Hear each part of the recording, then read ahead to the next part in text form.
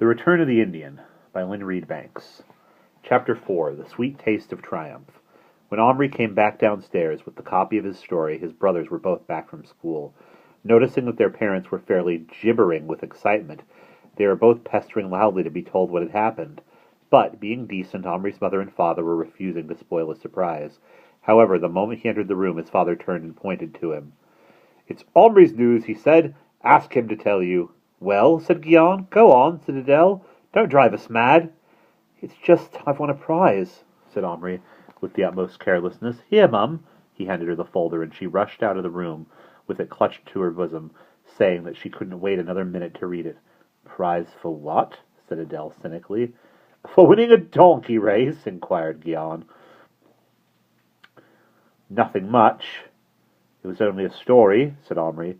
It was such a long time since he had felt this good, he needed to spin it out. "What story?" asked Adele.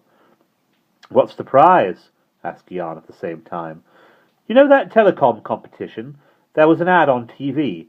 You had to write in for a leaflet from the post office." "Oh, that," said Adele, and went into the kitchen to get himself something to eat. But Guion was gazing at him.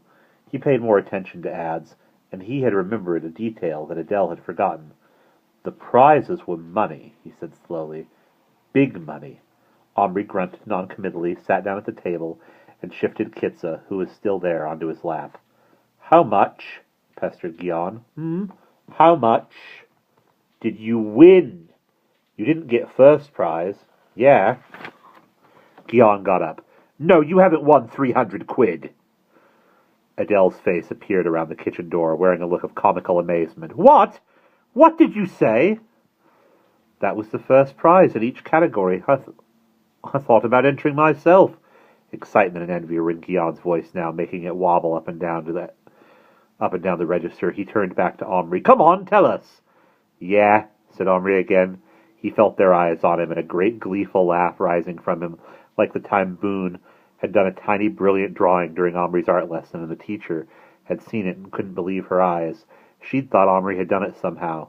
This time was even more fun, though, because this time he had. He was sitting watching television some time later when Adele came in quietly and sat down beside him. "I've read it," he said after a while. His tone had changed completely. "What? Oh, my Indian story." "Yes, your Indian story." There was a pause, and then Adele, his exam-passing brother, said very seriously, "It's one of the best stories I've ever read." Omri turned to look at him. "Do you really like it?" he asked eagerly. Whatever rows he might have with his brothers, and he had them daily, their good opinions mattered, Adele's especially. "You know perfectly well it's brilliant. How on earth did you dream that all up? Coming from another time and all that, it's so well worked out, so I don't know, you actually had me believing it, and working in all those real parts about the family. Blimey, I mean, it was terrific. Now don't take this the wrong way, but I can't quite credit that you made it all up." After a pause, Omri said, "What do you mean? That you think I nicked it from a book because I didn't?" "It's entirely original." Omri glanced at him. "Original?" "Yes." "That's what it is, it's original." "Well, congratulations, anyway. I think it's fabulous." They stared at the screen for a while, and then he added, "You'd better go and talk to Mum. She's sobbing her eyes out." Omri reluctantly went in search of his mother and found her in the conservatory at the back of the house, watering her plants. Not with tears, to his great relief. She was not crying now, but she gave him a rather misty smile and said, "I read the story, Omri. It's utterly amazing. No wonder it won. You're the darkest little horse I ever knew, and I love you." She hugged him. He submitted briefly, then politely extracted himself. "When's supper?" "Usual time." He was just turning to go when he stopped and looked at her again. Something was missing from her genial appearance. Then he saw what it was, and his heart missed a beat. "Mum, where's the key?" "Oh, I took it off this morning when I washed my hair. It's in the upstairs bathroom." Omri didn't mean to run, but he couldn't help it. He had to see the key. To be sure it wasn't lost. He pelted up the stairs and into his parents' bathroom. The key was there. He saw it as soon as he went in, lying on the ledge beside the basin with its silver chain coiled around it. He picked it up. It was the first time he'd held it for a year. It felt colder and lighter than he remembered. Its twisted top and complicated lock part clicked into place in some memory pattern, and something else clicked at the same time.